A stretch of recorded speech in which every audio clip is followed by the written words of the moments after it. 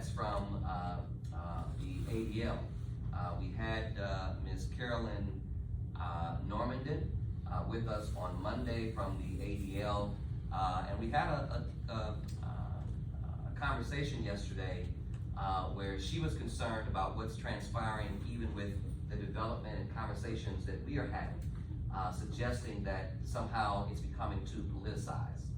And certainly we know that in a culture of high politicization, with respect to people running for office and just wanting to have their faces be attached to things, etc.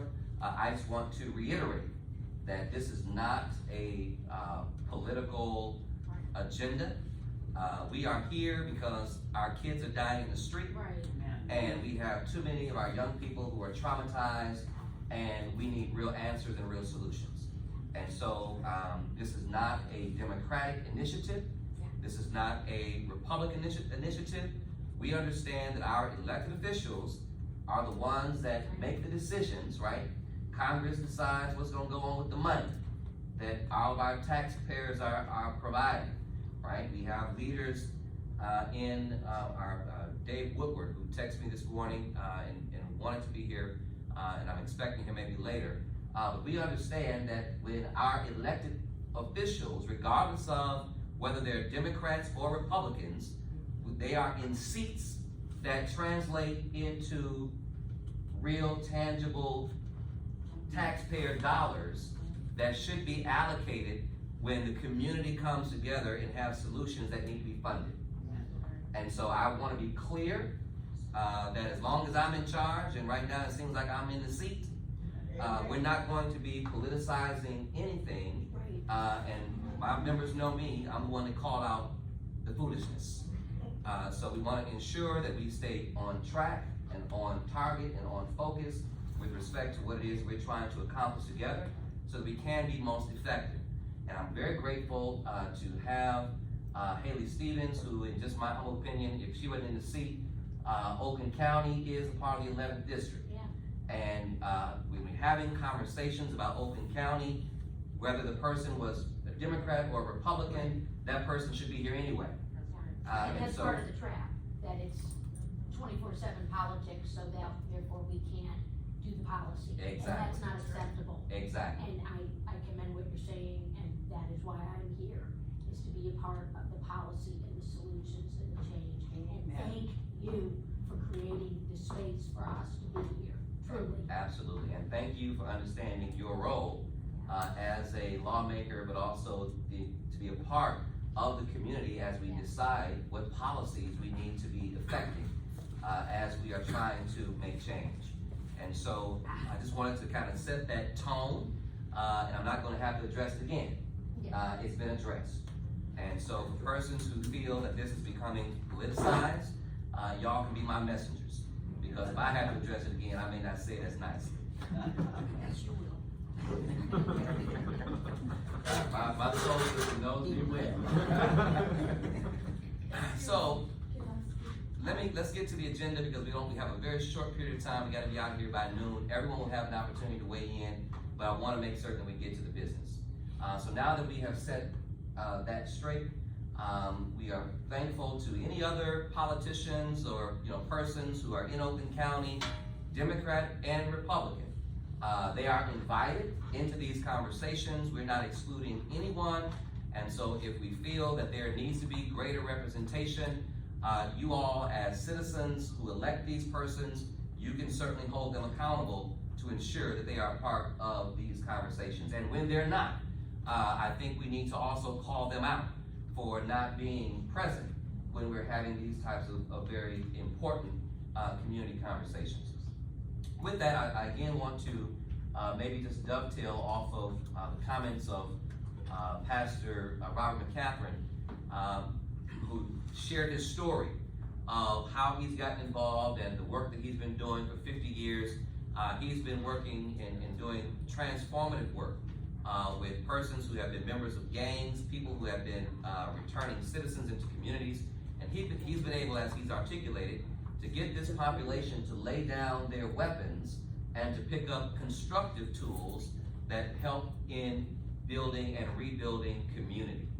and that starts and emanates from his story, with this church being located on top of the hill, which in years past was at the hill of the foot of where the Pontiac projects were, where most of the crime and poverty and a number of other terrible things were happening as a result of what we all know are systemic roots to poverty, crime, and violence in communities when people are marginalized and those root issues aren't addressed. And so similarly, I want to share my story so that you all understand why this is important to me. I'm not looking to run for any office. If I have to, I will. But that's not my primary objective. My primary objective is that I understand very intimately the issues that are affecting our world, because I used to be one of those troubled youths that people felt like they couldn't do anything with. And just understanding my story, I want to tell you who I am. I was born and raised in the city of Pontiac. My mother had me when she was 15, going on 16. I was born on my father's high school graduation night. June 5th is coming up. I'll give you my cash app. 1979. Born on my father's high school graduation night. And my father went off to the military. He went off to the Air Force. And so the typical stories that we hear in communities of color, I was born to a teen mother.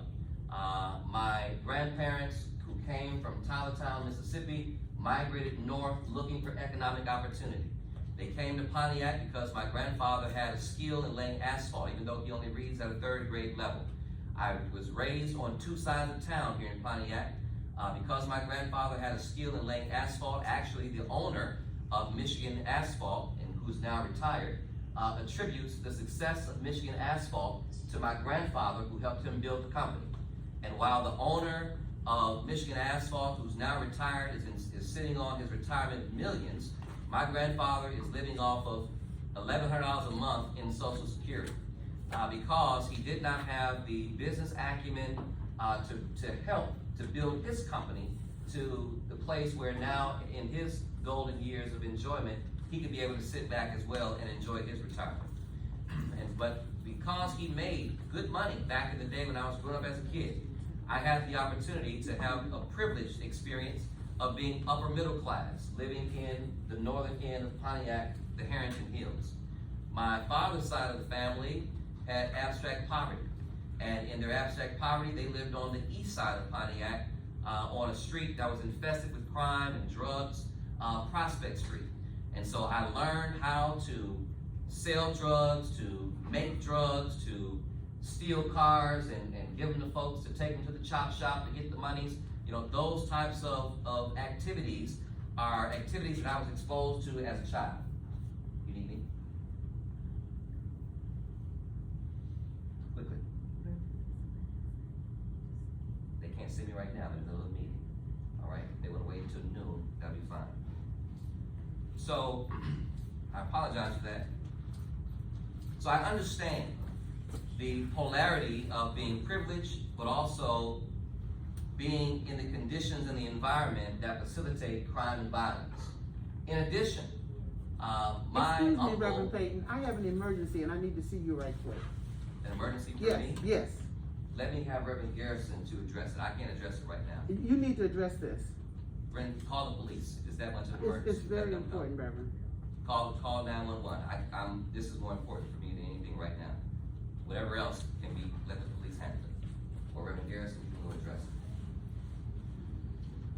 In addition, yeah, would you please? In addition, I was sexually assaulted as a child. My mother's brother, at 5 years old, was having me to perform fellatio on him. And at 5 years old, I didn't know that it was sexual assault. And it wasn't until I was 10 years old that I later learned in school that I had been sexually abused. And when I learned it was sexual abuse, I confronted my uncle, and I told him that God was going to get him for what he did to me. Well, my uncle died shortly thereafter. And I lived as a child with disenfranchised grief, feeling as though I was somehow responsible for my uncle's death. And I never shared that with anyone. But what that also caused, because at 5 years old, that was my first exposure to any sexual experience, it caused for me sexual conflict. And so as a child growing up in a church that taught that certain types of sexual activities and practices were sinful and an abomination, it caused internal conflict within myself. And so I had a lot of anger issues as a child. I was in a lot of activities and acting out as a child, not because I was what everybody else said about me, which is that I was a bad kid. It was because I was a child that experienced trauma and did not know how to effectively address the trauma or process the traumas that I had been pre-exposed to. And so subsequently, I got into a lot of trouble. And by the grace of God, at 13 years old, the Lord called me into ministry in an experience that I won't share here with respect to time, but I knew at 13 years old that God had called me to enter the ministry. It was a dream, that in that dream at 13 years old, I saw myself, one, in a casket at Cobb Funeral Home down the street, and the second part of the dream, I was standing in the pulpit of the church that I now pastor. And at 13 years old, I interpreted that dream as God saying to me, I can continue in the destructive path that I'm on because of my traumas, or I could turn my life around and I would have a different alternative. And so at 13 years old, when I returned to the Pontiac area and came back to my home church, where Dr. Amos Johnson was pastor, he showed me love all the while I was kicked out of 3 different private schools that my mother had me enrolled in at St. Benedict's and Oakland Christian and Holy Name all throughout Oakland County. They all didn't want me there. And so while I was kicked out of school, most of the time, it was a pastor who showed me love, who showed me some attention, who became a mentor for me, that opened up my heart and gave me the ability to feel, while everyone else wanted me to be in the juvenile home or didn't want to be bothered with me or just said I was a troubled child and didn't want to touch, the issues that I had going on, it was a pastor who actually brought me in. Now, as I look back at almost 43 years old and reflect over the experiences, what I also recognize is that what I wish I would have had as a child, in addition to having a loving pastor who was concerned for me, I wish I felt safe enough with that pastor to share with that pastor the sexual experiences that I had had as a child, which were the root causes of the violent, destructive behavior that I was manifesting as a child. But because of the religious culture, and because of some of even the rhetoric of the pastor who I love and consider as a surrogate father, I remember vividly that pastor using terminology that was demonizing to those who were engaging perhaps in similar sexual conflicts. And so when I heard those words coming from this pastor who showed me love, I knew he loved me, but because of the shame and the guilt that was associated with my history, and because of the sentiment that I heard him expressing about other persons who I know he also knew and loved, I didn't feel safe to be honest about what I was dealing with. And subsequently, while I was throughout my college years, my freshman year, when I reflect my brothers from Morehouse, they tell me, and it's true, that I was a gay basher. And in my gay bashing and rhetoric of hate and bigotry toward a certain population of students at Morehouse who were confined to that reality, I was similar to people who bash and use violent words in other spectrums of life even today. And I realized that my religious fundamentalism, my inability to love myself because I never had an opportunity to be honest about what I was dealing with and get those issues treated, it resulted in me being the person that I'm now speaking out against when we see the type of rhetoric that can incite to places of violence and ultimately death. And so as I have processed my life and story, last year I publicly acknowledged, not that it was any secret for people who really knew me, that I'm bisexual. And I acknowledge that in a church that still believes, it's in our DNA, that it's a conflict for you to even be a Christian and suggest that you have bisexuality, let alone be the leader of the congregation. But what I also have realized is that the God who was with me at 13 years old has been the God who has not left me all these many years later. And so because of the God who loves me and has demonstrated his love in my life all these years, I've been able to learn how to love myself and be able to live in my truth with God's grace, to recognize that God does all things well. And perhaps for such a time as this, when so many of our young people are experiencing sexual trauma, and so many of our young people are experiencing sexual conflict and are committing suicides and are committing acts of violence, we need to learn that there is power in our stories. And I recognize that my story is one that is not just unique to me, but there are a number of people who are sitting in our pulpits and who are sitting in our pews and even preaching from our pulpits who have similar realities, but because of the environment of shame and guilt, we often remain silent in not being truthful about our stories that could actually help to liberate ourselves and our children, who often repeat those cycles of quote-unquote generational curses that often continue to exist because we fail to want to break the silence with respect to the issues that we know are very hurtful to us. And so my work now, as I'm working to complete my doctorate in strategic leadership in addressing adverse childhood experiences and treating and preventing adverse childhood experiences or traumas, particularly childhood sexual trauma. My work now is developing this Institute of Trauma and Economic Justice, because now that we have real data, real evidence created by the Center for Disease Control and many others who've done similar researches around adverse childhood experiences, we now understand that a great part of the root of the violence and the incarcerations and the sexual addictions and the substance abuses and all these ills that we see happening in our society tend to go back to untreated childhood traumas. And the last thing I'll say to that point is that when we have a situation where a child, or not a child, he was a young adult, but an 18-year-old high school student nonetheless, we're all looking at the outcome of 18 children and 2 adults now, God forbid, 19 now, who are now deceased. We often look at the outcome and judge the outcome with rage and condemnation, which we should. But it is irresponsible of us to simply look at the end without understanding the root cause, which often is the means.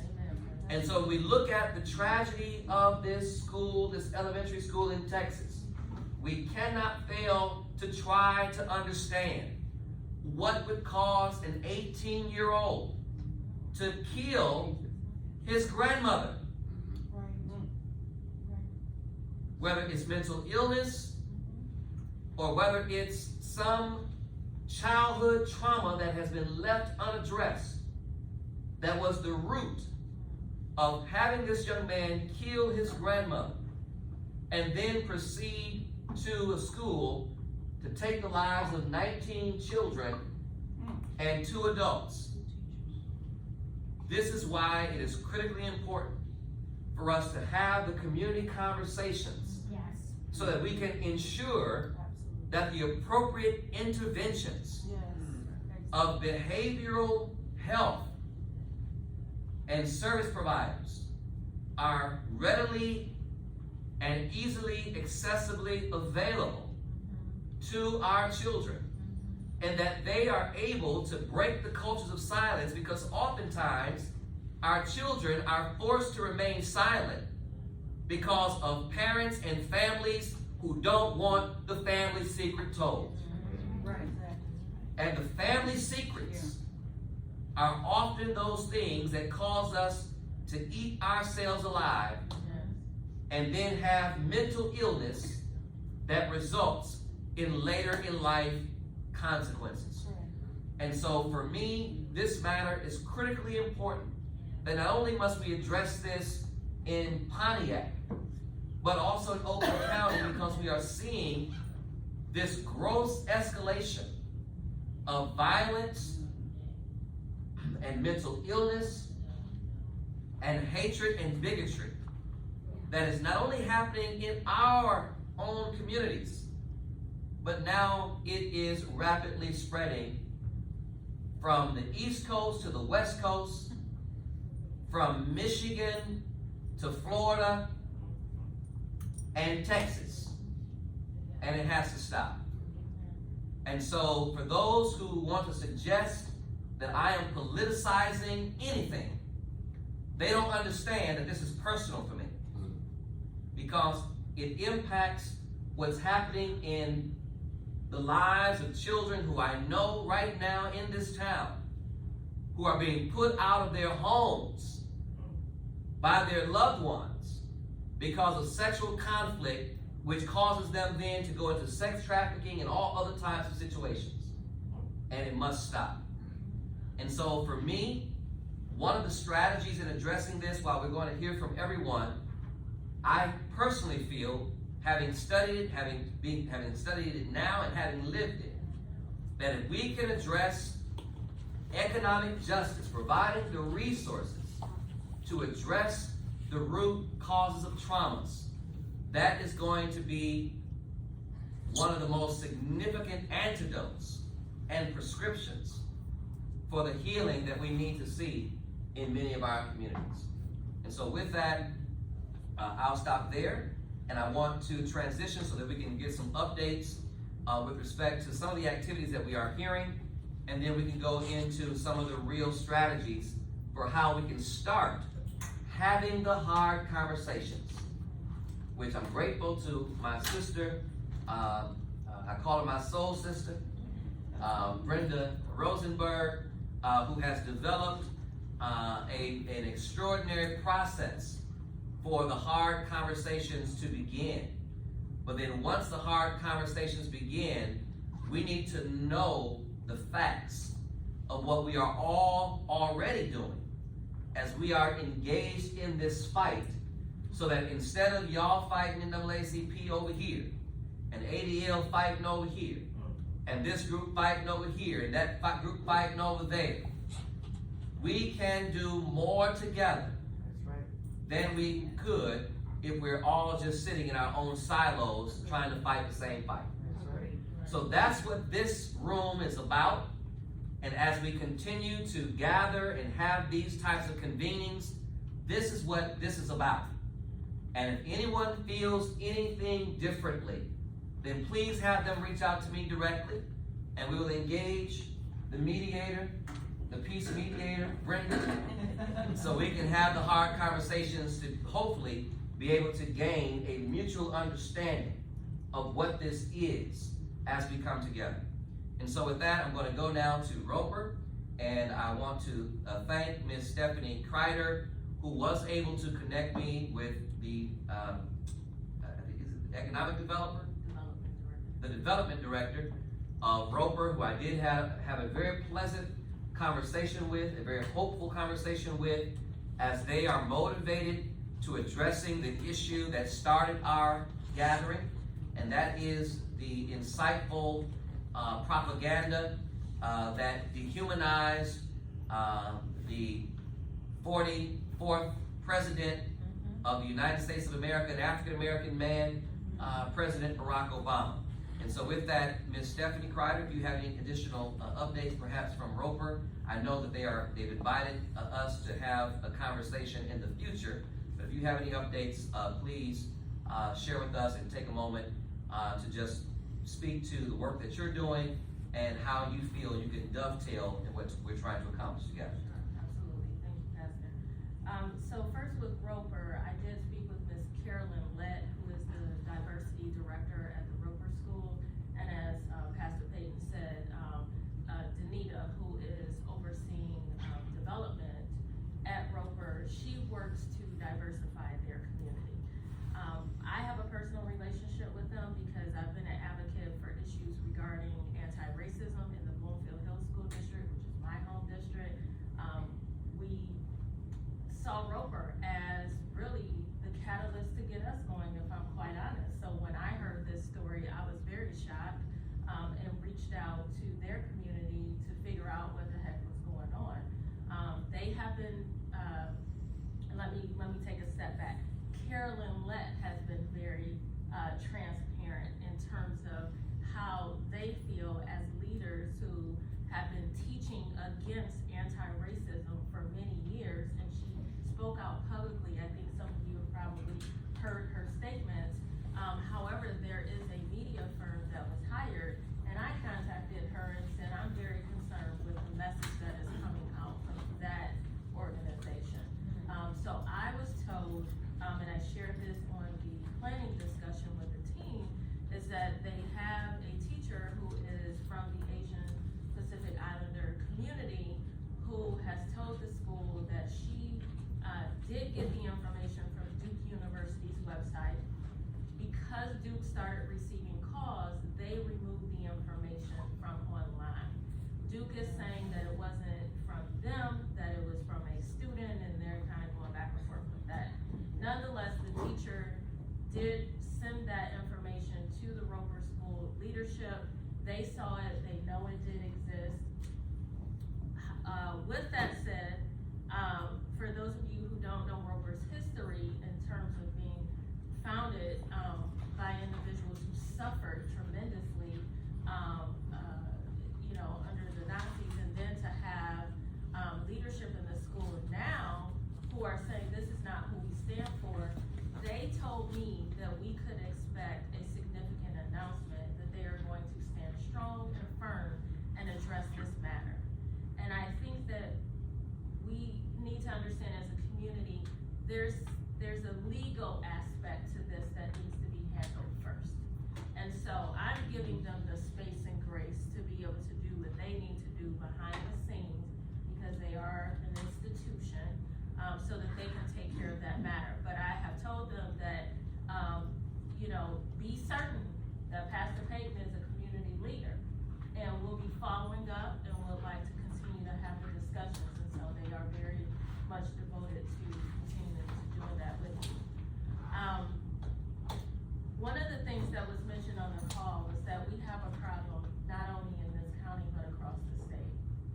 And as a person who has cried tears in public at school board meetings, I have called superintendents and board members into meetings. I have mobilized parents. I started the first district-wide African American parent group in Bloomfield Hills School District and a Saturday enrichment program to deal with the racial disparities in terms of academics and opportunities. I would tell you that the answer is not in just calling in organizations to speak and do assemblies. I was a leader in the parent organizations. I paid for those assemblies for our school. They are wonderful organizations and entities, and we need to lock arms and partner.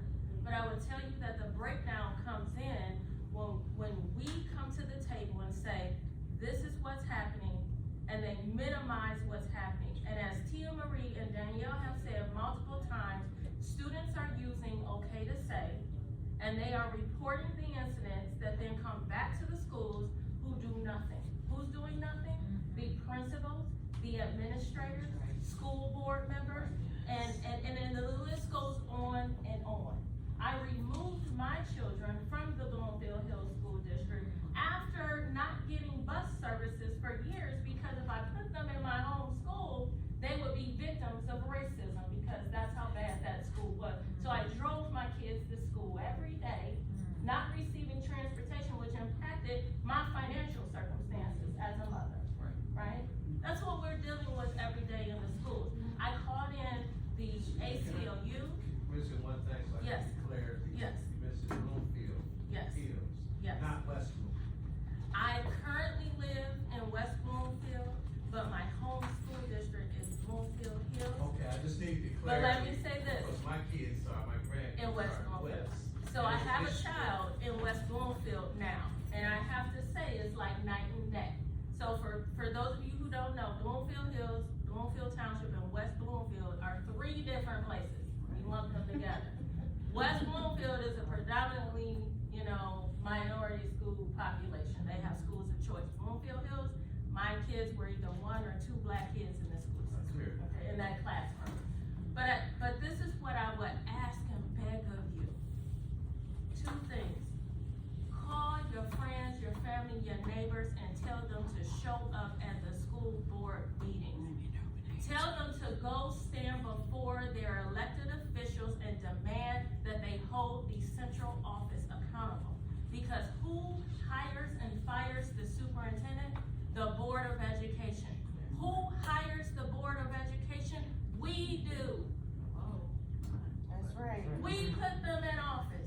I personally spoke to every single, with the exception of one person on my board, and worked to get them in office. So you know what? I'm on the phone and texting them all the time, saying what my expectations are, and then we mobilize our people. Show up and keep showing up. Not just when you get crumbs. We get crumbs and we're satisfied with crumbs. Stop it.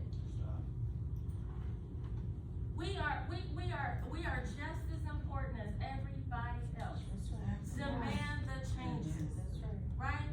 So what does accountability look like for me? At this point, because we can't get school board members to hold the superintendent and administration account, and let me say this, I love my superintendent. I do. My superintendent is actually a black man. He's new to the community, he didn't start the racism. But if the administration does not do what's necessary, and the school board does not do what's necessary, I need us to find a way to hold the Board of Education accountable.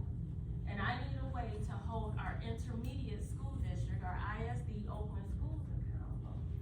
When they're not coming in and seeing that there's a problem, knowing the data, and they're not taking steps to fix it. So to that point, with open schools, what Ms. Normandin did share, that is helpful to our conversation today, is that there's a gentleman who is on the school board for open schools, who is also working on the school board with Roper. And so, whoever that person is, we definitely need to get that information, so that person, we do need our ISD to be involved. We're talking about an Oakland County strategy of all the issues we have going on in Oakland County schools. Then Oakland schools should obviously be at the forefront of being able to have those reports and that information be streamlined through them. Absolutely. So, thank you. Yes, ma'am. Stephanie, I have a question. In all three of the latest atrocities, all three of these children that the ones that performed the deed, are known to have had mental health issues. That's right. The schools are lacking in trained counselors who will intervene and do something concrete with these children, and that has to change. So this is a hot button for the three of us, okay? It's a hot button, so I'm apologize right now, Pastor. So, yes, our school counselors, who they tell you to send your children to first, are not trained clinically, okay, in psychology. They are school counselors, meaning they are to help you with your schedule. And if there are behavioral issues, and they don't tell you that.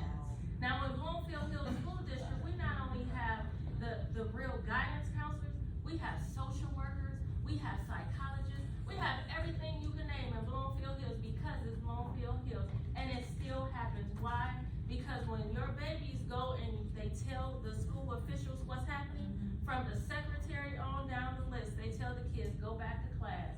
We're not dealing with rumors, we don't believe that happened. I've had kids come to me who are part of the LGBTQ community telling me how they are being physically and sexually assaulted at school. And I had a parent who came to me and said her son witnessed it. They told her son to go back to class. Pastor Payton, we scheduled a meeting to go in and talk to the principal to deal with it. He tried to tell that parent she had to sign all this stuff before I could be in the room with her because he doesn't understand that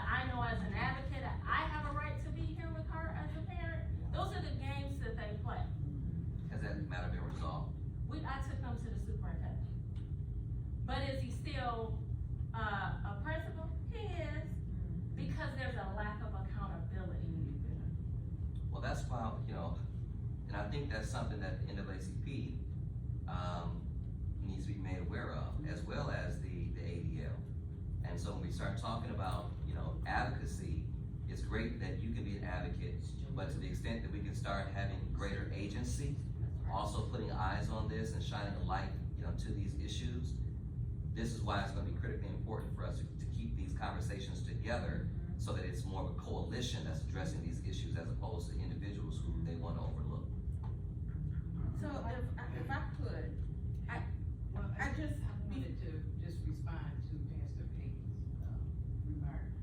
Yeah, the NACP is, as a matter of fact, pretty intricately involved in not just Bloomfield Hill School District issues, but there's a number of ones around the county, to the point that some have escalated to the legal area. So, and what we look for is outcome. So, some of the things that's mentioned here, in fact, are being addressed on the legal, platform. Okay. And we are looking for certain outcomes, and that we won't back down from. And I hope that a future date we'll be able to share some of that with you. So if it's a public matter that's being brought to the courts, how can we, cause that'll be public record. And so how do we, and I know you represent the NAACP, and so that, I understand that, but how can we engage as the public? How can we engage the NAACP to make certain that we are knowledgeable about what these various suits are? Because there could be potential opportunity for class action lawsuit. And so to the extent that we might be able to engage these students who have been making various reports, et cetera, that would bode well in strengthening whatever efforts you guys are having in filing suit. Yeah, that, it has not reached that stage yet, in the class action, but I'm aware, I know what you're saying. The best way to become informed in terms of the branch, what we're doing, in this area is through our, membership meetings, our general membership meetings are open if you just let us know that you wanna attend, because, of course, because of the pandemic, we've been strictly online, for the last 2 years. But anyone can attend and learn, through our, general meetings, updates on what we're doing with various school districts or various issues. But what we do have to do is, protect the parents and the families who come forward, and we guarantee them that, once we begin to investigate something, that they'll be our primary concern. So if that individual family, wants to, remain at a certain, I don't wanna say anonymity, but, private for the time, we highly respect that. And in general speaking, that the types of things that happen, for instance, at Roper, all of that is really structural racism. And I know we don't wanna think of it in such a broad term. We think that it's not, it looks like a big elephant and we can't really address it if we just call it structural racism. But that's what it is, and we have to dismantle that. And a lot of that is, has to be, or can be done. One approach is addressing it on the national level, on the federal level. Intervention, those interventions in the school, it should not just be left just to a state to decide whether or not we have that. But we have federal funding of schools, that federal funding should be turned to intervention of our school, for our children, okay? There's a plethora of policies that we have to continue to push for. And I think that's the key word, is that you don't stop pushing. We're pushing the Biden administration right now. We will never stop pushing until we get those student loans alleviated. Because talking about economic justice for our students, when you come out and the interest rates never stop going up, so you can pay for 20 years and never get that loan paid for, that woefully impacts our Black and brown communities. At your age, we have a whole communities of young people who can't start families, can't purchase homes. You're talking about economic justice. Right. And that starts in our school, that's part of education. A lot of the issues that's brought here today, either concerning Roper or Broomfield, is not just those school districts. Right. And we really have to push the administration. The school districts, we've seen some districts around Oakland County that literally changed overnight.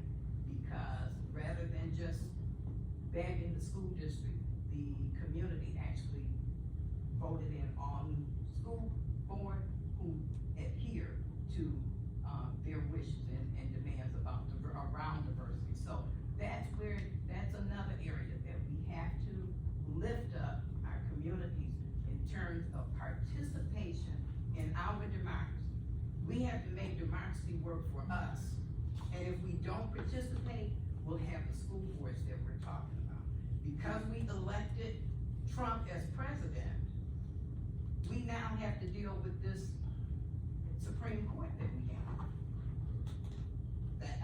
Think about that. And one of So, I'll come back to your comments, Ms. Ware. A few things around school. Does anybody know what the Michigan Department of Education is? If you are sitting in this room and you don't, then you don't understand that the removal of SEL, the removal of having actual counselors that are psychologists that can help in the Pontiac School District, just like it can help in Bloomfield Hills, they are the cause of why you don't have that. If you know who the MDE are, then you know they are who approve the budgets. And if you need money for whatever you need money for in your individual school districts, because school districts are only a reflection of the community. They're not a reflection of some highbrow thought process of what you want it to be. They are a reflection of the community, what is made up of the community, and what their needs are. And my needs in Farmington Hills are certainly different than her needs in West Bloomfield or Bloomfield Hills. So, our MDE, it's not voted on by us. Our MDE isn't even representative of each and every community member here. Our MDE is made up of either a Democrat or a Republican. That's it. And as we have seen, even on the federal level, being a Democrat doesn't mean that you are anti-racist. So I ask you, if you really want to see change, look around you and tell me how many local politicians are in this room. How many local politicians have spoken out about what has happened anywhere here locally where there are more than 5 black people in a room? Well, yeah, and to that point, Ms. Ware, I think Pastor McCaffrey used the term earlier, grassroots. You know, a lot of times we want to go and address matters top down, Yes, sir. when in actuality, our greatest strength is Bottom up. bottom up. And so if we want to get to MDE, let's first start with open schools.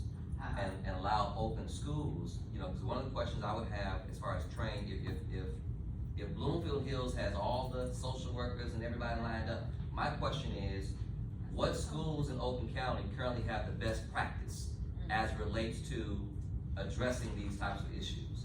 And if it's a public school that has best practice, that we can identify what they're currently doing in their schools, then how do we go to open schools and suggest we want to see the same thing happen in schools like Pontiac? And if we had a group such as this, who are all working collaboratively in making these issues happen, because the people that we elect on these boards are people who we know, etc. When they're running for offices, we let them know these are our priorities. This is what we're looking for, right? So, you know, and I'm grateful to my Jewish brothers and sisters who gave me the opportunity of working for the American Israel Public Affairs Committee. It's the third most powerful lobby organization in the country.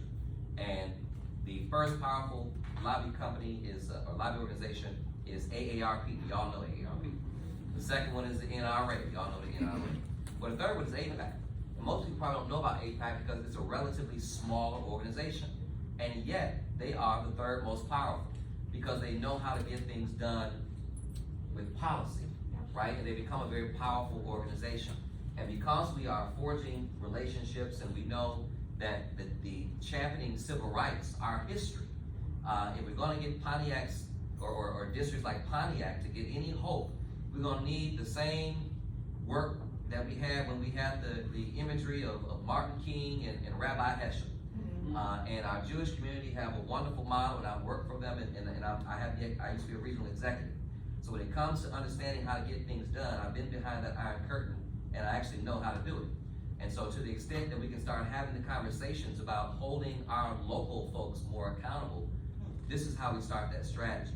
And so with respect to, what you were saying, Ms. Booth, I want to challenge the Oakland branch of the NAACP, because as you were talking, in as much as we want to respect people's privacy, in matters that are private and yet have public ramifications or implications, one of the greatest lessons we've learned in history is the Me Too movement.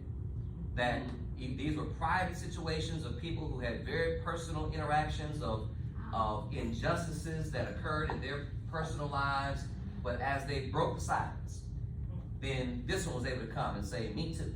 And then this one was able to come and say, me too. And by the time we knew it, it was a groundswell of everybody saying, me too. And now that everybody's saying, me too, then now it becomes a culture where people can have greater accountability. Now, with all respect to the Me Too movement, one of the detriments that I would want us to caution is creating a cancel culture that does not allow for the types of dialogue to happen, so that even if there are real wrongs that were wrought, giving the wrongdoer the opportunity to have some grace and redemption. Because if a school district, is just flat out wrong, okay, you flat out wrong, Roper.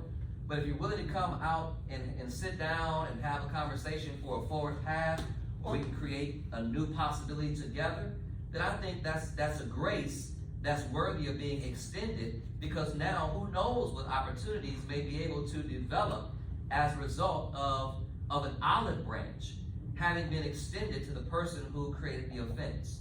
And so I feel that this is a tremendous opportunity. We don't want this to be hostile or adversarial, and we're calling for everybody's heads. But what we are calling for is for greater accountability. And when we can be able to sit down and have the hard conversations about what injustices really have occurred, and make certain people understand, that this injustice has occurred. Not only has it occurred to this one student, but ask yourself the question, why did that young person at Roper have to feel that they had to come in anonymity to make a report in the first place?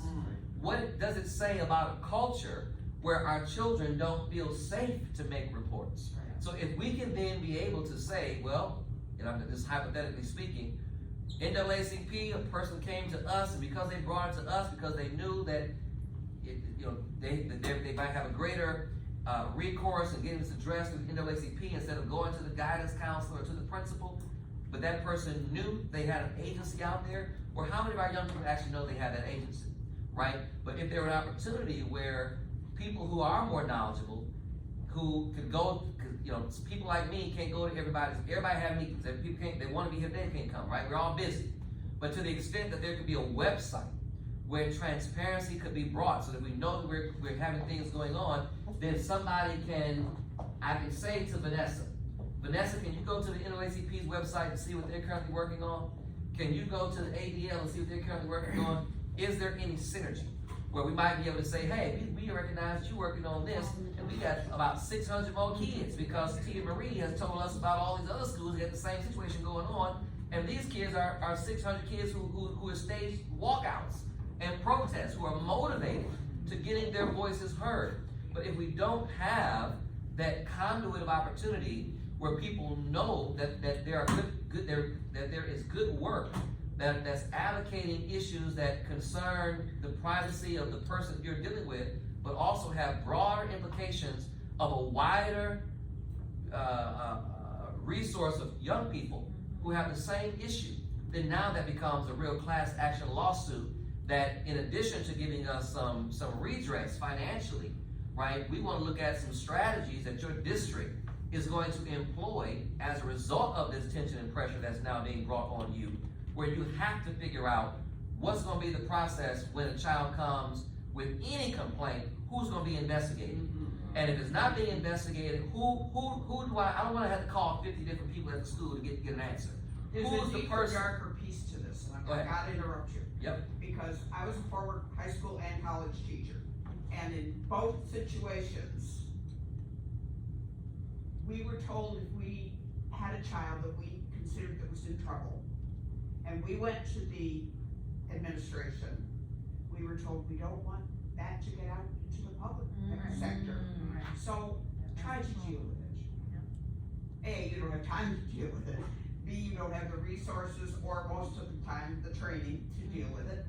And so if our union is telling us you must not do this, and your administration is saying, please don't do this, the kids know that.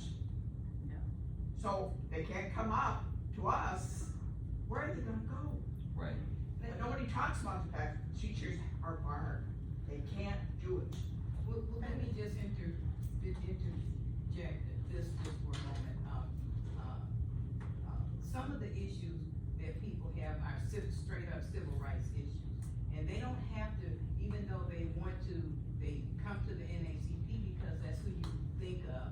And we have a claim form, a claim process that they go through. But for instance, just as an example, the Rochester community was having a very same problem, and still all of these communities are still having the same. The Lake Orion community, that's some of the civil rights complaints that we receive.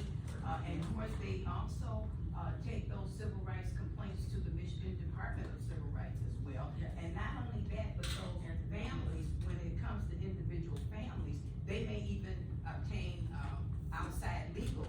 We're not a law firm, okay? But they will obtain outside legal assistance as well. And if that attorney wants us to work with them, then we continue to work with them. But we did see some great movement in the Rochester area, in that when we addressed those, and we did meet on a constant basis with the administration, and was able to at least see that an outcome existed in terms of them getting a director who would oversee the equity piece there in the district, and also addressing the issue that the parents had, being able to bring the parents together. And I think our role is to educate the community and the parents to advocate for themselves. We try to educate students so that they can advocate for themselves. You don't always have to just depend on one entity. And so to that extent, some of our youth and college councils are assisting with a lot of the issues that come about in Oakland County, simply because it's their peers, and they would like to educate them on the issues that directly impact them. And so there's more than one avenue, but I do want to say that we have a environment, not just here in Oakland County, because Oakland County has done a little bit to I would say bring it to the forefront just in how the county voted. Because I think 30 years ago, some of the inroads we're making in terms of equity would never even been, accepted at all. Okay, so but also I think to realize that we as a county, we as a society, we are tolerating all of this social media and news, Fox News and all of that, reporting in such a hateful way. They're reporting bigotry. Yes. They're telling lies, straight up lies, and we do have to push those that we elected to address those lies, and we have to call them what they are. That 18-year-old that did the shooting in Buffalo, he was about probably, about 12 years old, when we had a president at that time spewing hate through the airways constantly. So if you're 12 years old and you're hearing this hate from the leader of your country and those who are following you, it hasn't stopped. Right in Oakland County, those who are running for political seats are saying things like, don't let your kids be brainwashed, or don't let your kids be taught in the school. And, so, we're facing this, we have to, acknowledge it, and we have to, fight against it, we have to denounce it. Everyone that says that they are not for, that they are anti-racist, or they're not for, certain things, we have to actually, they do not want to ban military, guns. That's something that this country does not want to ban. But here in Oakland County, there's those who are running for office pushing to ban books out of the school. So I just think that we do have to face those real issues, because those are the root issues that's causing, a lot of the actions that we see, you know? And, when we know full well that what we're hearing is not the truth, we have to make those that fund that to be accountable as well. We all have purchasing power. These companies and businesses and corporations have no business funding, all of this hate that we see, and our children are exposed to, and they go pick up a military weapon and go kill a bunch of people, because we don't have a ban on that weapon. So those are things that we are addressing among, we don't address everything. Right. You know, but we certainly can work in coalition with groups like this, so that we all are tackling those issues. It may be from a different, angle, but we're all, in unity in tackling those issues that's impacting us. Exactly. I see the hands. I want to acknowledge Pastor McCaffrey, and then Ms. Ware, and then Pastor Brewer. Quickly, sometimes I watch the news and I'm overwhelmed. Sometimes I sit in meetings like this, I'm overwhelmed, because I know the problem. What is the solution? And so, getting back to being here, what is your platform? How do we reconcile our purposes? We're all in this, but how do we reconcile a purpose? I mean, what will be the purpose of this entity? And how can we all speak to that platform so that we do have a medium? You just can't fix the whole house. Right. But I see two things. One is, we know the problem, we live the problem. We still got a disconnected, distracted, disturbed, and destitute population that's not connected. And so we are the voice of a distracted people. And some kind of way, I think the platform need to be to engage the grassroots community, some kind of way. We know the problem, they're watching, they're on Facebook right now. It's disconnected because it's too overwhelming. So I see an opportunity for your platform to be real direct, because we got expertise from everywhere, but we can't address everything. So if I'm in this meeting and you call this meeting, what is your platform, and where do you see all of us working in a singular purpose right now? Well, very directly, two things. Number one, the Institute needs needs to be funded. And one of the primary works of the Institute is to be able to fully diagnose how trauma is impacting you. A lot of our kids are impacted and don't know they're impacted. So if we were to have direct relationship with our schools, with our juvenile detention facilities, with our jails, all these places, and we get these schools to have these children to do trauma assessments, where we can, every child has been impacted by traumas, whether you are economically advantaged or economically disadvantaged. Watch TV. Everybody goes through trauma, and we just came through the pandemic, so we know that trauma has been exacerbated as a result of the pandemic. So if we know that everybody's been impacted by traumas, we just don't know the extent to which, then how do we get a diagnosis? The Institute, we have that. I mean, we are in current development right now with the technology that needs to be still funded. And the technology will do various assessments that will generate a report and tell you exactly how traumas are impacting you and what vulnerabilities those traumas have with respect to the negative consequences that if those traumas are left unaddressed will impact your life.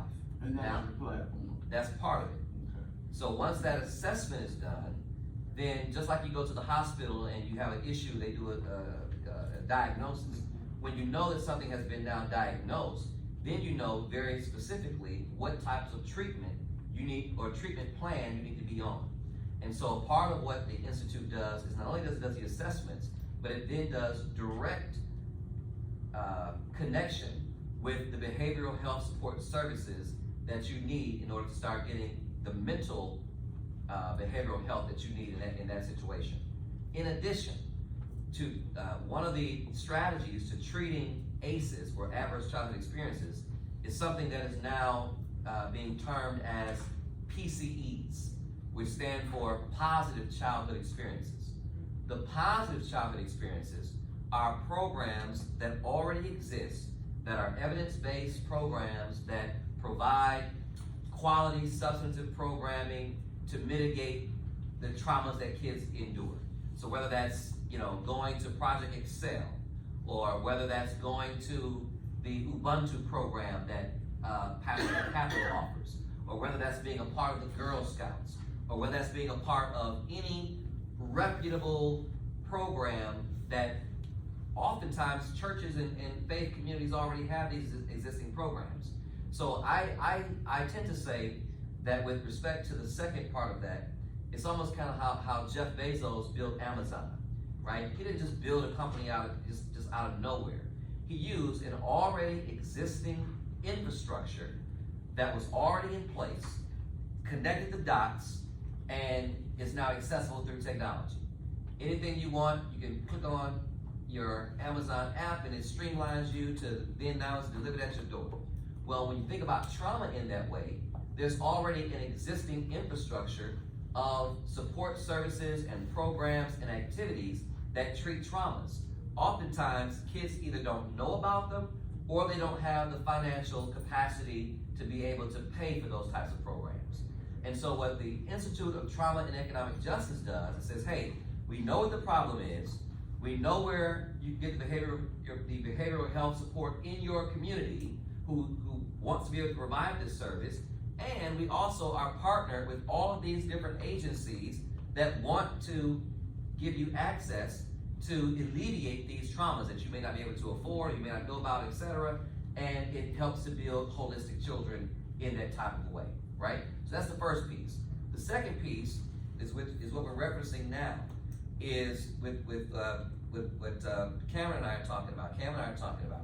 And that is saying, hey, how can we develop a technology that streamlines reporting so that when there are incidents and activities where you are being traumatized, you have a safe place where, whether you're a student, whether you're a parent, whether you're a teacher who's aware of what's transpiring with your student at home, but you don't want to say nothing because then the district, you got your job and all other things. Here's a place through technology that you can make a report. It will be streamlined to the agencies that need to investigate these matters and who can independently bring these concerns to the respective authorities, whether it's in the school or whether it's the police or whether it's whatever the issue is. Technology can help to streamline that and get the agencies involved who are already doing the work. So I look at it as a two-tier. And so my question coming out of this would really be looking back to where we already have money, right? First of all, we're in Pontiac. And Pontiac right now is sitting on $37 million of ARPA funds that there should be no excuse, recognizing the level of trauma that we have going on with our kids in Pontiac. Why can't we get a slice of that $37 million toward a program that we know is going to help alleviate our kids and their traumas, right? But it can't just be Pastor Payton who's out here saying it because, who wants to listen to just little old Pastor Payton? But if it's not just little old Pastor Payton, but also it's our Congress people, also it's other agencies, also it's NAACP, it's all of us saying, we know we need this. Not just in Pontiac, But if Pontiac can build the model, if Oakland County can support the model, then I can take it to Genesee County. Because if Oakland County already has the resources and we've already built the model, then now I can go work with Pastor McCaffrey and say, hey, can you organize in Flint a similar round table with the agencies who can do and help replicate what we have going on here? Because surely you have a congressperson, surely you have someone who's in the community who's committed to this and has administrative capacity. Surely you have peacemakers in your community. Surely you have folks that represent various parties, and when they want to come to our churches and speak to our members and get our vote, right? They can give us some money. Surely. Right? So that's how we get it done.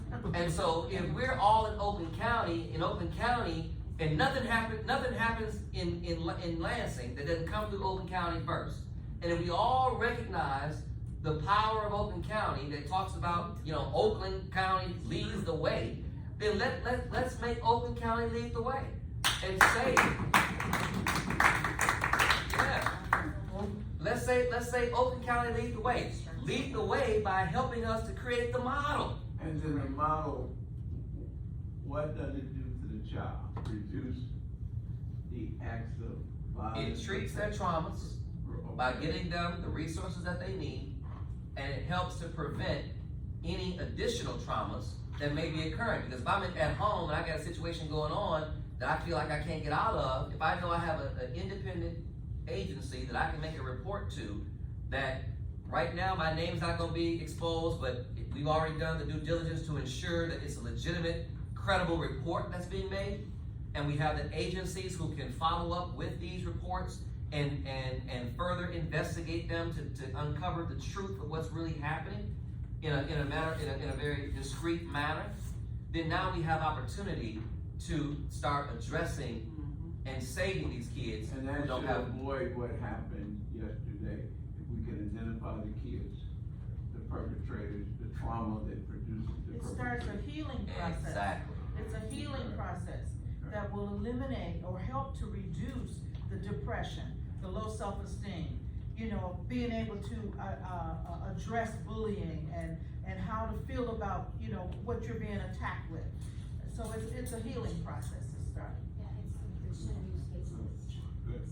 Yeah. All right. And I got a couple other questions that were raised, and I want to get to them. I think it was Ms. Ware, and then Brother Brewer, and then our sister here. So the parallel is the policy. Addressing trauma after trauma has been inflicted only allows a circular event to continue. You have to address the policy. And the policy, in this case, let's talk children. For example, Community Equity Organization has an education bill that we have written that we need the community support and the politician support to get it on the floor in this state, so that what it addresses is accurate history and accurate representation of African Americans being taught in school. And why is it broader than history? Because Black people do everything. How much have we created? How much have we led? How much have we changed? But our own children become adults and say, well, I didn't know we did that. Right. Yeah. But the other thing it does is it teaches empathy. It teaches the ability to understand someone's walk of life and humanize them. Currently, Black people are dehumanized at every step of the way. Every step. So it makes it easy to make us animals to be shot down where we stand. If we say something back to a teacher or a staff member 2 times in a row to disagree, we are instantly the angry Black person, the disrespectful student. So the point of our legislation is to teach accurate African history in K through 12, so that we are humanized, so that people of all walks of life know what we bring to the table. And we want that to be a requirement here in the state of Michigan. It is a requirement in Illinois, it is a requirement in Indiana, it's a requirement in New Jersey, and California, and Pennsylvania. I didn't create this all out of I'm smart, but I ain't that smart. It is also known as the Teach Act. And so what we have to do, if we wanna address children and their trauma in school and stop bullying, how many schools actually taught when President Barack Obama sat in office about him and countered the imagery that was shown on TV of people picketing outside with monkeys and lighting effigies of monkeys on fire to say that is what President Obama represents. Not enough, as you said, Tia Marie, of people teaching our sitting black president, first ever. How many people actually speak with reverence or understanding of Kamala Harris's, or Vice President Kamala Harris's legacy, what she has done? They're not learning about that. They're not learning to respect us. And it's the same as not teaching about women. It's the same idea. So we have to do policy in parallel of the trauma. Absolutely, yeah. And so to, full disclosure, the Institute of Trauma and Economic Justice, while it's technology-based in aggregating data, that's the business side of it. The nonprofit side of it is to create a similar model with APAC for these issues. So it is a policy lobbying organization that will have people who have the expertise that can weigh in and helping us to develop policy so that we can advance them in our local communities to do exactly what you just described. There is money there for people to wanna go and do that and meet, and there's a way to do it non-political, which is what APEC traditionally has been, right? It's nonpartisan, really. Yep. But in terms of this matter, this is, not to cut you off, Reverend, because I wanna hear what he has to say, but Daniel's just spot on. And you know who we're witnessing this with is Michelle Obama's brother. In his school, it's a private school, but in his school removed because they spoke out about education, which we had talked about the other week. So, and I'm in the Black Maternal Mortality Caucus. Why? Because Black women are not listened to, particularly while they are pregnant, and they die at a higher rate because, again, we do not have that awareness. I mean, I don't know what happened to 4A's. You know, we were in African American Awareness Association in the 90s, and I had signed up for it. I went to a couple different schools. This was, I did a year at Cranbrook, and I signed up for it. I did it, we did the big base conference, and we had this nice meeting, and it was interesting because I was one of the only Caucasian members in the 4A. I signed up at 14 because I was interested in Black history. I was interested in that education. Now, today, that's a controversy. That would be I mean, I started the diversity club at Seton High School, along with the diversity club, you know, in the late 90s, early 2000s, right at the turn of the millennium. That would be a controversy today. So all the more to this Teach Act and this legislation that you were pushing, as well as the continued need of funding of safe spaces. Exactly. Right, I mean, these are for the social workers, the educators, the ministers, every single one of us in this room. Yes. Forever professions that need to be invested in. I mean, to your good point, you know, the trauma can exist through an action, it can exist if you have mental health and the bipolar, and you're constantly living the trauma, even if you're getting medicated. And we as a society need to find, and we do carve them out, there are groups, but we need to continue to invest in it. So I just thank you for carving out a space for me to come and listen. I wanna keep coming and listening. So thank you so much. Thanks. I just want everybody to understand that Black Lives Matter is political, not because we made it political, but because everyone else makes it political to continue to keep us divided and to continue to keep Black people down and subjected. So you have to acknowledge that people see, even people that claim to be our allies, they see us as political fodder. And we have to take that power back. Thank you, Ms. Webb. Remember what your power is. Let me get to Brother Brewer, and then we have one more. Brother Brewer? Yes, I just like to say, first of all, I see the model and I like the model, in terms of, instituting being funding for different reasons, developing the database in terms of where you can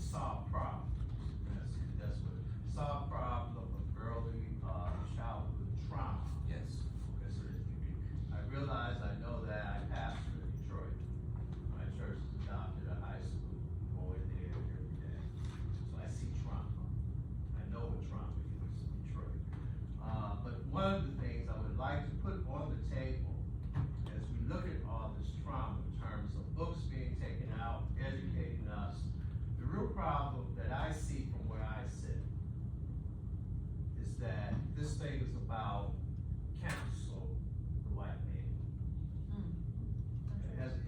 Say that one more time. It's about canceling out the white male In their minds. in their mind. Oh, Right. true, yeah.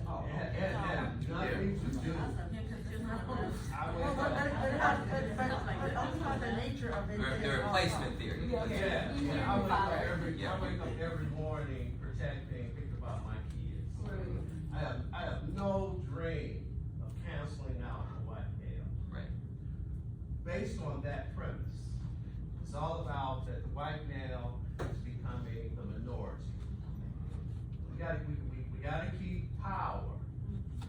Power, first thing about power is money and people. That's your power. Organized money, organized people. They have to, and whenever from my experience in the city of Detroit, when it comes about money for our kids in Detroit school system, okay, Lansing makes sure that Detroit gets no money. Yes, they do. I could care less what, because money means that now I get a chance for my kids to grow up and to be successful and to take care of themselves. In their mind, when I say their mind, I mean the white male, okay? In their mind, they say that I'm taking their money. Yep. I was an apprentice electrician for GM. And one white man came to the line when I was punching out, and he told me, I took his son's job. Wow. Yes, I'm a sir. 21-year-old kid Wow. who's in an apprenticeship program. And I'm trying to figure out, how did I take your son's job when you don't know what I went through to pass the apprenticeship test? And then when I got into the program, no white electrician wanted to teach me anything. Yep. You know, in their mind, but even if you have transsexuals, they're okay if there's a man going from a man to a woman.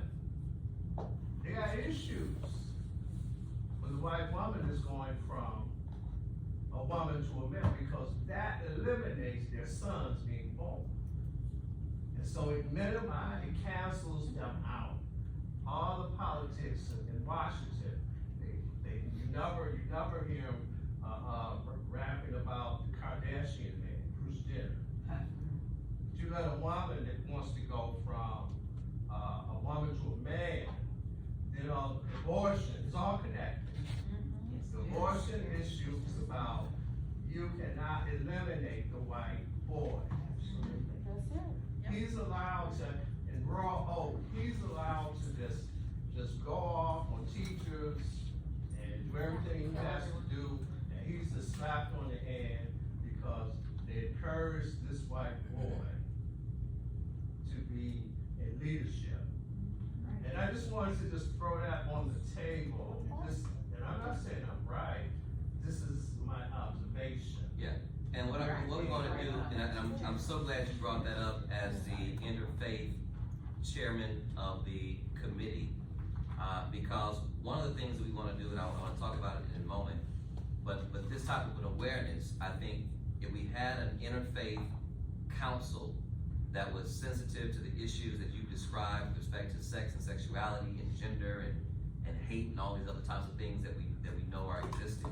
We want our interfaith leaders to be educated about these issues, to be able to have the tectonic leadership approach where we can have the hard conversations to really uplift some of these things that we know are happening on a federal level, but also to localize it. So we can, once we can have the locality of getting an understanding about these issues, then we have a base that we can start building from to do a greater educational awareness campaign around these issues. And then we have people who are interfaith leaders, once we're all on one accord, who, like, Imam Malik is gone now, but we have a coalition of interfaith leaders where we're all saying the same thing, then now those interfaith leaders can do the work of engaging the clergy that are within their respective faiths and denominations. So that's kind of the strategy also around the educational awareness campaign that is also part of the work of the Institute of Trauma and Economic Justice. Let me do this. I have our sister here who's in the audience. Just a moment. We have only 6 minutes left. I do want to get to you. Oh, real quick? Okay, real quick. Yeah, I want to get to my panelists first. So I want to thank you for allowing me. And my name is Ming Canty. By trade, I'm a hairdresser and a minister of a profit. I work with a clinical psychologist. We have an organization to speak to what you were saying, to speak to what Pastor Keon was saying about childhood trauma. We are an organization that has a transformative mental health program for 7th through 12th grade girls at this time. What's your question to us? I'm aware of your organization. We're gonna get you involved. Speak to what we got. Right now, I need to have my panelists. Some information so that they. We're gonna have a networking opportunity as soon as 12 o'clock comes. I wanna be respectful of my panelists who were invited to come and have a discourse. After it's over at 12 o'clock, you're free to network with whomever you like at 12. I'm aware of your organization. We are working together. Oh, I knew you were. Okay. Network with them after this. Let me get my panelists. So I'm gonna come right back to you. Let me go with Ms. Rosenberg, and then Chris, you wanna say something? So, Ms. Rosenberg, and then, Ms. Carter. Let me let Chris speak because he hasn't said anything, and then Tia Marie, and then you. And then you guys, I try to, keep it on task because we only have about 6 more minutes. So let's try to wrap it up and be respectful of everyone's time. And then after this, for those who want to go, God bless you, because I want you to come back. That's why I'm gonna let you out. But if you want to network, we're obviously will be able to be here to do so. Ms. Rosenberg. I would like to say that I want us to be very careful. I think everyone has a horror story, and what happened in the story that you told was horrific, and I'm not diminishing that at all. But there's enough of us good guys who can come together. If I ask everyone here to close their eyes and seize a group like us that are on the news, have you ever seen that? So that's what we have to show, the good guys, and what each of us brings to the table. So the horror stories are out there, and unfortunately, that's what people hear. But nobody can close their eyes and picture a Christian, Jew, Muslim, black and white, everyone coming together to solve this really real problem. And it doesn't take 100 of us. We're enough. The people here at this table in this community, we're enough to make the change we need to see in the world. Yes. Small group that's all taken. I'm gonna be really quick because we don't have too much time. But first and foremost, thank you so much for having this platform and for having this roundtable discussion. I'm here because I'm a concerned father, a concerned black father whose son is in Oakland County Schools. And in the 90s, there was ugly 2 words that was used around the beginning of the Clinton administration, near the tail end of the Reagan administration, or the Bush administration and whatnot. And it was zero tolerance as far as drugs and the entire war on drugs that started. And fortunately, the zero tolerance era went away in 2016 in Michigan as far as how those laws are being implemented as far as targeting schools and targeting students, mostly minority students. What I would like to see done is a zero tolerance policy being applied to schools, especially in Michigan, when it comes to racism, when it comes to the idea you all talked about as far as making sure that certified therapists are there in order to address these issues when it comes to not only the racial issue, but mental health issues concerning violence and people that are showing signs of being aggressive or having any level of animus towards another student involving any level of violence. So I think there should be a protocol that's set up, and I know it's going to be done on the national level, most importantly on Governor Whitmer's scale, I would assume. But if we could combine these ideas and say these are our red light issues, these are issues that are going to not only bring attention to what's happening before these violent tragedies happen, or these racist incidents in West Bloomfield and Plymouth Canton and in Roper School, why would we not implement that and say this right here is something that can be implemented throughout the state and implemented throughout the country? So I would like to see that being done. Of course, that's a process that we would have to go through, but I would like to really see this conversation going to that level of legislation where a zero tolerance policy is being applied to not only racial issues, violence issues, gun violence, and things of that nature. Yeah. Thanks, Chris. Um, Oh, I'm sorry, Tia Marie. no, go ahead, you haven't said it. Well, one, I just wanna remind everybody that racism and all of the isms, start in property and policy. So every approach that we take has to include those three. But I also wanna name that none of what we do is gonna make a hill of beans, and I mentioned this to Pastor Keon yesterday, unless there's a financial investment. And so if we want to believe that these things are actually going to change, we do need financial investment. From every agency, every entity, from our government, state, federal, everywhere. Because if they mean for these things to actually end, they will put dollars behind it. Dollars will, Go ahead. okay, sorry. I won't be, but that's what I like to see, and we have to include our students. Right now, they are ailing, pain. They just watched what happened yesterday, all on Twitter. My daughter just texted me, she's like, there's so much stuff happening right now. They do not feel safe today, so I know we have a longer, down the road approach, but we also need to be strategizing for what needs to happen for them tomorrow. They don't feel safe going to school tomorrow. They don't feel safe sitting there right now. So please keep them in mind, bring them into your community conversations. Nothing that we do should be happening without what they are experiencing from their point of view, what they would like to see the results of. And our job is to just make sure that they get what they need based on what they say they want. That's it. 30 seconds, Ms. Craig? So I have this motto, be real with God, be real with yourself, and be real with other people. And Pastor Payton, I don't know if everybody in this room understands what you did when you opened this meeting. Yeah. I don't think people get it. When you can be that vulnerable, and at that level of spirituality, to be real with God and real with yourself, that's the only reason you can sit here today. And so my final word to everybody else in this room is for y'all to get really real. No more posturing, no more pretending, no more holding on to what your family said and what the church said we can and cannot say and do. I beg you to be vulnerable. I beg you to go before God, fall on your face and say, Lord, expose me, help me to own up to my story. And when you can own up to your story with Him and yourself, you will be so authentic with everybody around you. That's what those kids are craving from us.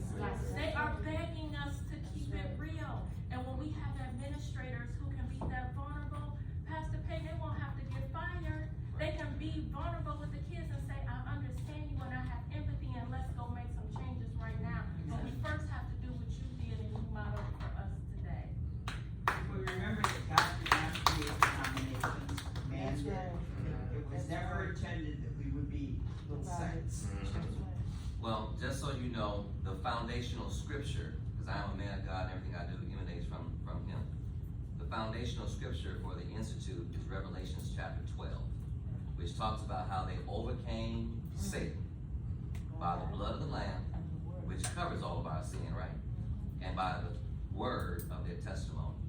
And if we don't understand the power we have in our story, then that's how evil and pervasiveness, or the pervasiveness of evil, continues in our world. So thank you for that.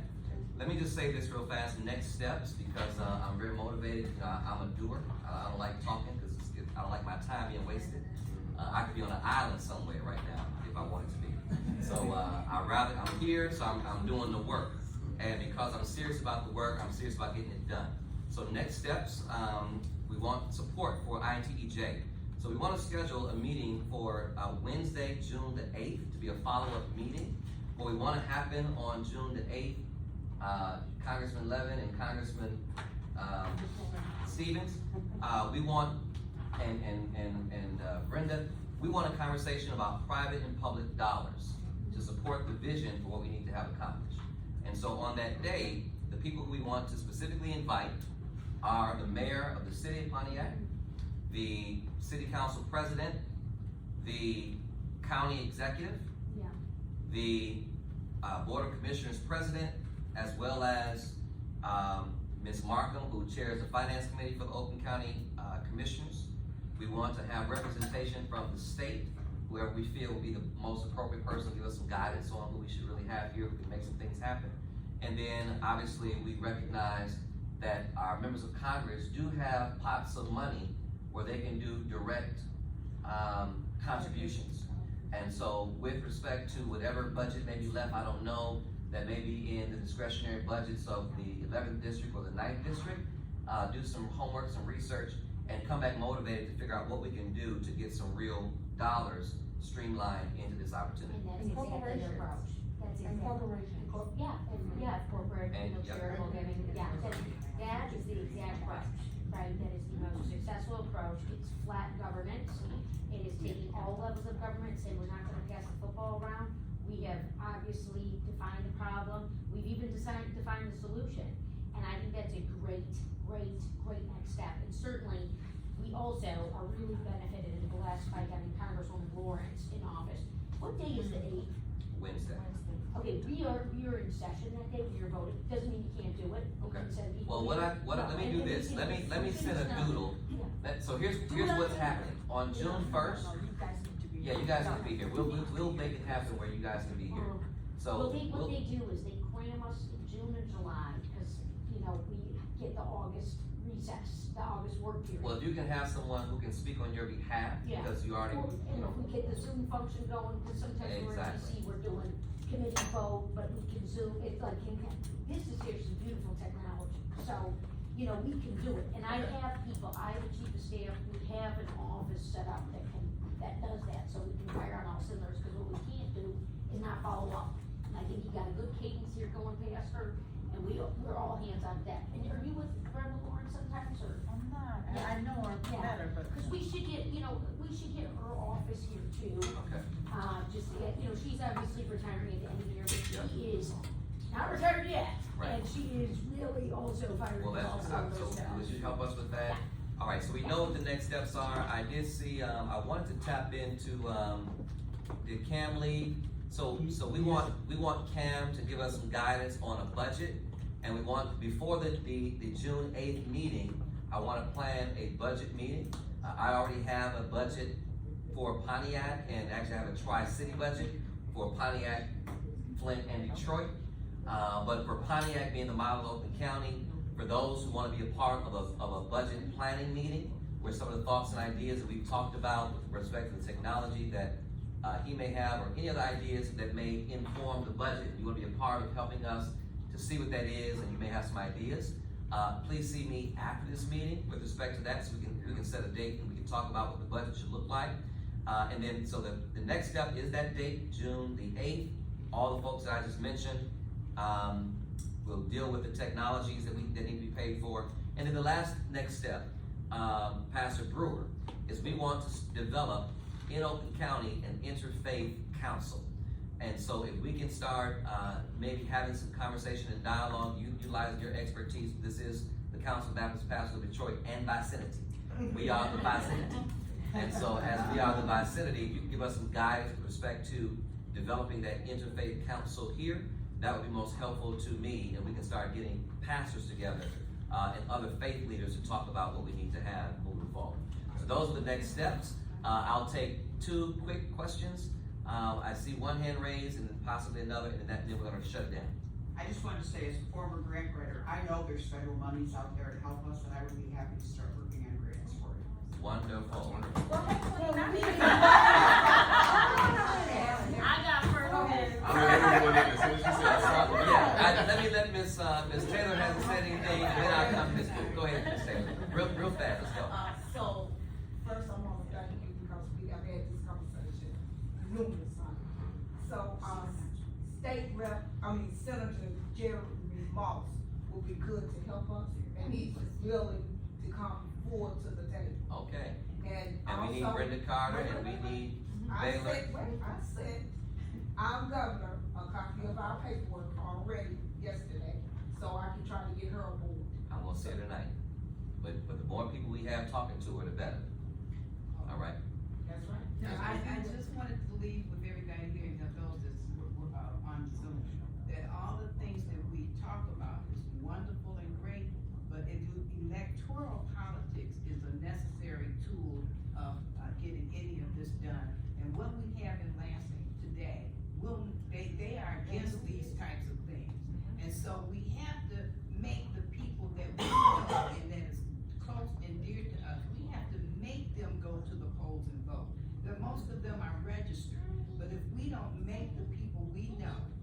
get there to the polls and vote. These things will not be funded in Michigan because they've already shown us. You can look at each one of their records. Anything that's of this good nature is, and they're in the majority right now, not because the majority of Michiganders put them there.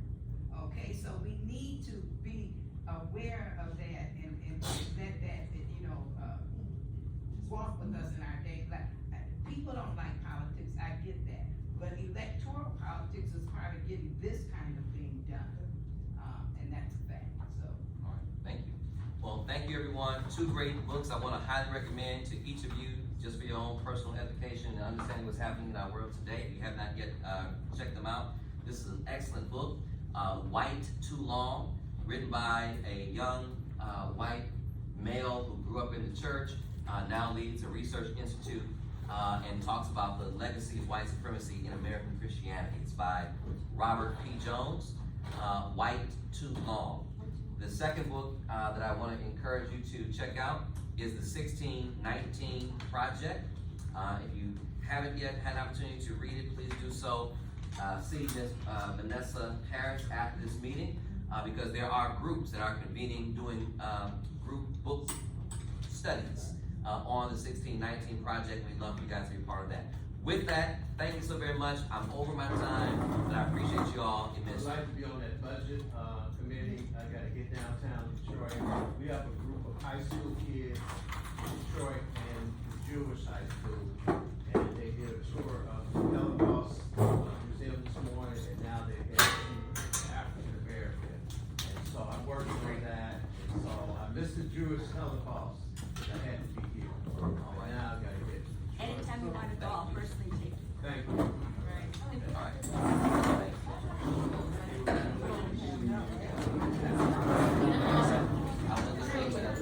I'll tell you